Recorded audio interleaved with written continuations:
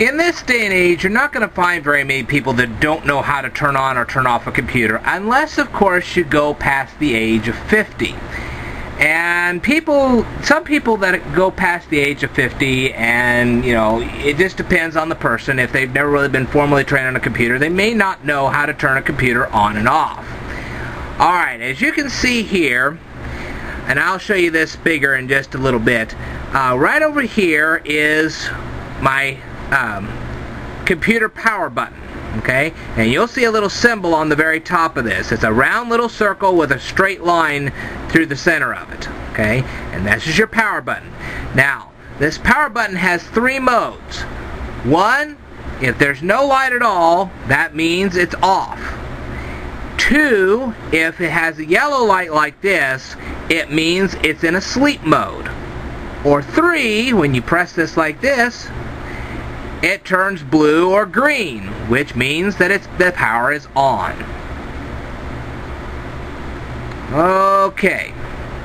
Now, in just 1 minute, hang on just a second here.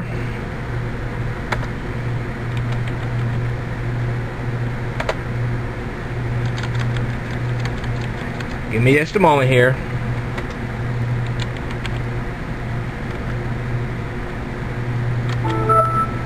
Alright, once that power button turns blue or green, the computer is on, as you can plainly see. Now, down here, it's something called the start button, and I'm going to go in real close so you can see this. This is the Microsoft start button, right here, that round little ball with the Microsoft flag inside. That's the start button, okay? So, when you click the start button here, okay, we're going to click the start button, a dialog box appears. See this great big dialog box? Everything in here is a program. This is Internet Explorer, this is my MoveAvi video converter, this is Notepad, this is Nero Vision, this is Mozilla Firefox, this is Nero Media Hub, this is Microsoft Office Word, and so on and so on and so on. Okay, so all these things here are computer programs. Now, if you click this here, it will open the Documents folder. If you click here, it'll open the Pictures folder. If you click here, it'll open up the Music folder. And if you had games, this would open up the Games folder. Now this opens up your computer. Now I'm going to go ahead and click this right here. Okay. When you click the computer button right, well, it's kind of a button here. Yeah, if you click this computer button, see how it says computer right there? If you click that button, this window will appear. This is a window right here. As you can see here, I've got a hard drive. I've got another hard drive, and this hard drive is kind of split in half. You can see here, this is kind of split in half, and that's because of something that I explained in a different video. If you want to know that explanation, you need to go to Build a New Computer, and you'll find out. This is my DVD drive, and I also have a USB thing. I'm going to show you my USB thing here. This is a card reader. This is a memory card reader. And as you see, I've got an SD card in the memory card reader. And that's what this is. Okay? Now, I'm going to click off of this. I'm going to bring up that dialog box again.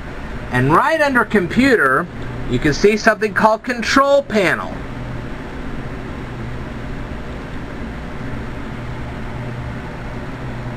And you can access your internet connection, your hardware, your programs.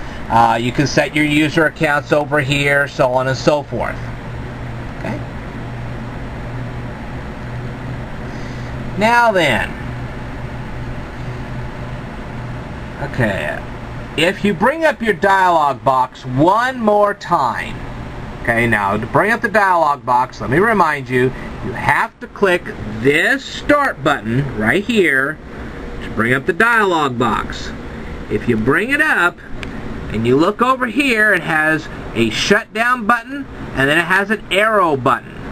Click the arrow and you have several choices.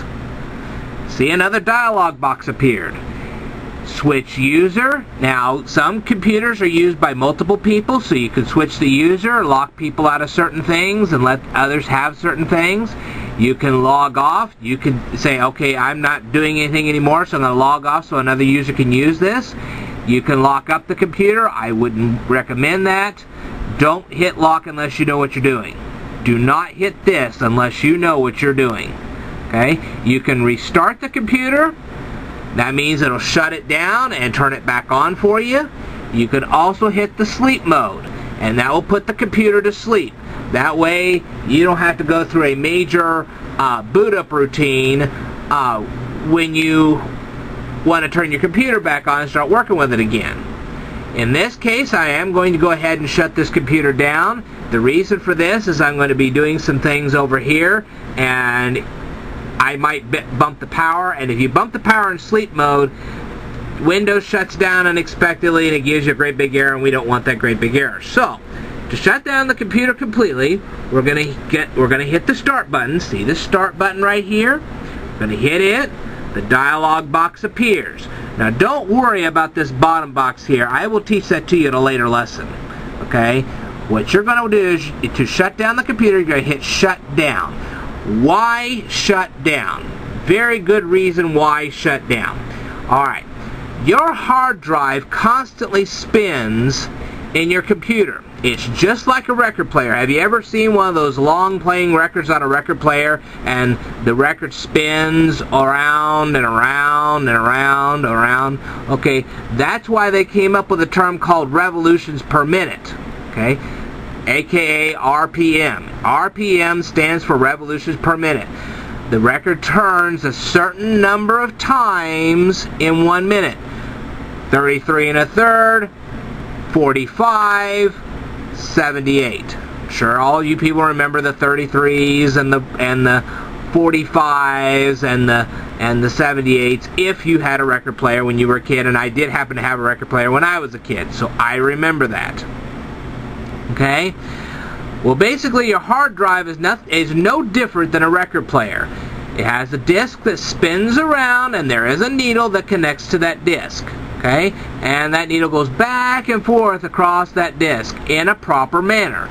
Now, if you shut off the computer without shutting down the way I'm going to teach you, you will scratch. You remember how on the record player you take that needle and you rip it across the record and it scratch it and it would no longer be playable after a while? Same thing with a hard drive. That needle arm will scratch that hard drive disk, and if it does, that hard drive will suddenly become unreadable, and we don't want that to happen, so we need to shut this computer down the right way. And the only way to do that is to actually press the shut down button right here. See the shut down button right here? Now, sometimes this shutdown button will have the same symbol as what you saw on the top of my computer. Alright? But if it doesn't, it doesn't. Anyway, we're going to hit shutdown, and when we do,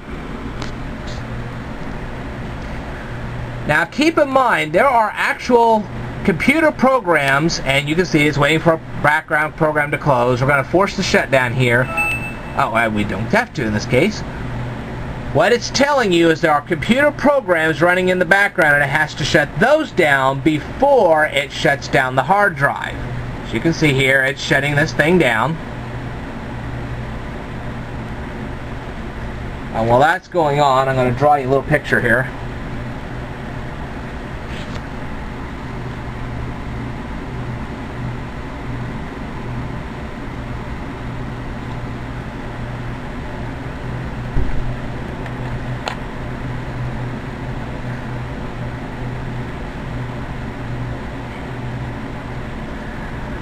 And you say, well, it's taking such a long time. Why? Because it's still shutting down programs that are running in the background. As soon as those programs are shut down, this hard drive will shut down, and therefore your computer will shut down.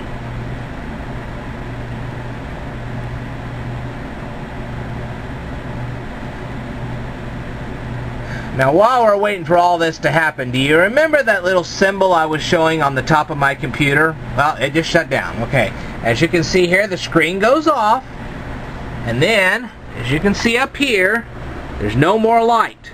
It's not blue, it's not yellow, it's not green, there's no light at all. When that's done, then you can unplug,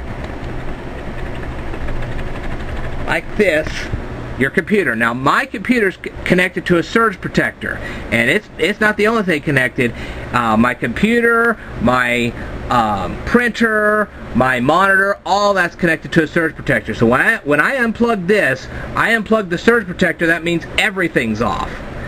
And that's a good thing, because if you ever have a lightning storm, you can fry even your monitor, even your printer. You can fry things. If they're on a surge protector, you unplug the whole surge protector, nothing gets fried. Okay, now take a look at that right there.